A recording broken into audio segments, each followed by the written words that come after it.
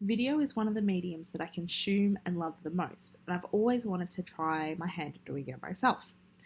But I end up getting overwhelmed, scared, and intimidated.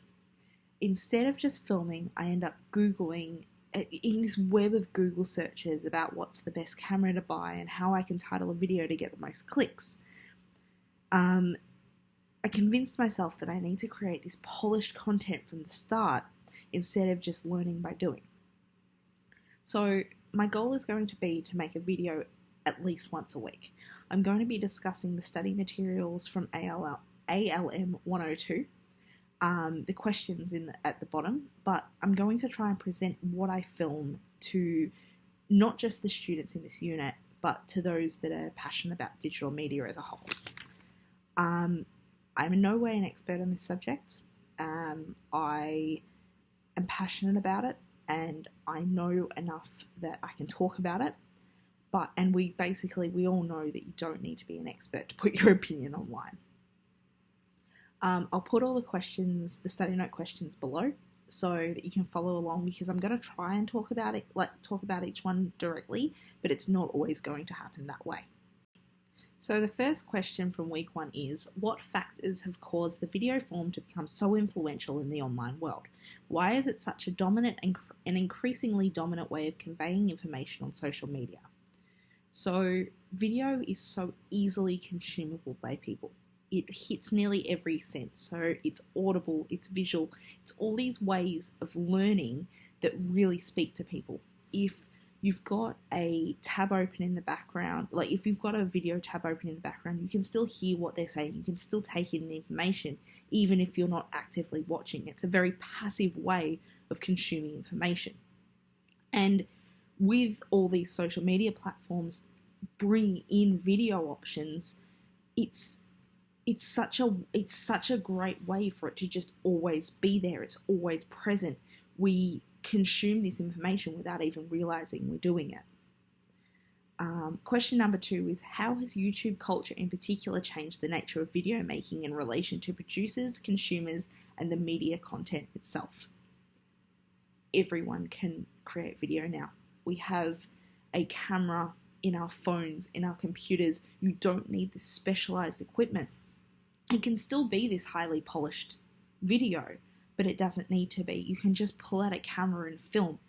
It's so obtainable for absolutely everyone that has even the most basic of technology, and I think that's a really beautiful thing. We don't need to be experts in something to be able to make video and to be able to share that with the world. Question number 3 is, what has your own use of YouTube and other video sharing platforms been over the years? How many principally video-oriented platforms are you aware of, and what might this suggest? So I've been using YouTube for a long time. I don't film myself because I've always been quite self-conscious about it, but I have consumed YouTube from the very start. I've got YouTubers that I love. I've got YouTubers that I follow. I see them as I would any other celebrity, and I think that's a really great thing. And I love watching people come from, really small to quite big on YouTube, watching their journey all the way through. I think that since YouTube has started, other platforms have died and come up and died again. YouTube has persevered in a way that others haven't necessarily. So we had Vine for a while, and Vine's now died off. And nearly every other platform has been implementing a video option. So YouTube is still the main one. And I think it's because, again, it's so easy to use. We've seen the success that people have achieved on it, and we keep using it because we want that as well, or we want to see that as well. Question number 4 is, how is video impacting non-video based social media platforms, and what does this mean for practitioners who need to engage, inform, educate, and persuade people online? So non-video based social media platforms, you've got Facebook, Twitter, Tumblr, Snapchat, we've got all of these platforms are now implementing video options. You've got autoplay on Facebook, so we don't even have the option if we're going to watch these videos or not. They're just there. And I think people need this polished content. People need to make this polished content. It's just such a natural part of social media now, I guess, this video coming up on your feed, that you're wanting to watch it. You don't have a choice to watch it. It's just another part of these platforms now, and it's so much easier to consume than words, I guess, because it's so passive. You're consuming it passively, and I love that. And number 5, what do you hope to get out of this unit? Are you anxious about the practical elements it will entail, and how might you need to step out of your comfort zone?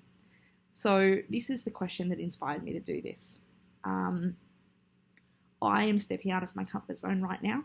I had notes about each of these questions, but I didn't write any script, and I'm wanting to figure out what my voice is. I need to find my voice on this online platform and figure out how I'm going to improve over the next semester, because this is something I'd love to be able to do full time. I want to make videos, or I want to put my face out there on social media, and I need to figure out what that voice, what that face is.